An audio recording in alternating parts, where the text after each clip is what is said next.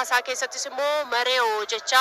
abbootiin gadaanii dursuu isa booddee haadholiin siinqee jalaa qabanii maree'oo jedhu isa booddee dhagaan immoo ni garaagaraa bakka kanatti argamanis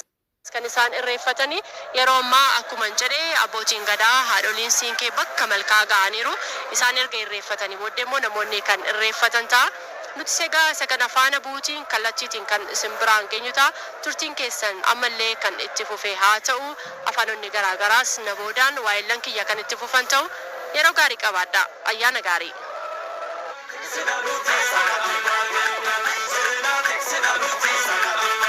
Uffattoonni aadaa godinaalee adda addaa akka jiruttidha kan iddoo hedduurraa dhufantuga yeroo ammaa kana qeerroon kutaatiin dhaggare.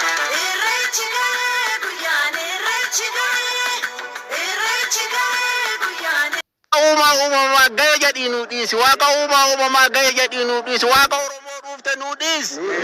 waaqa Oromoo dhuufte badii teenya nu dhiisi waaqa Oromoo uumte badii teenya nu dhiisi yaa waaqa Oromoo fuula isaa gara araaraa deebisi waaqa uumamaa Oromoo gara araaraa deebisi ummanni Oromoo fuula keessan gara araaraa deeffadha ummanni Oromoo kan badduu yaaddu badduu dhiisi gara araaraa deebi araara kan nu baasu Oromoo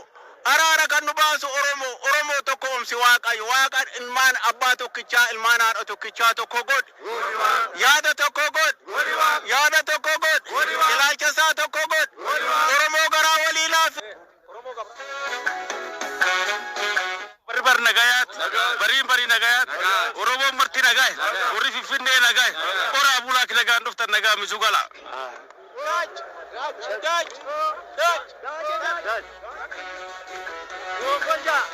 Novolja ijaagal birraa nu hambisa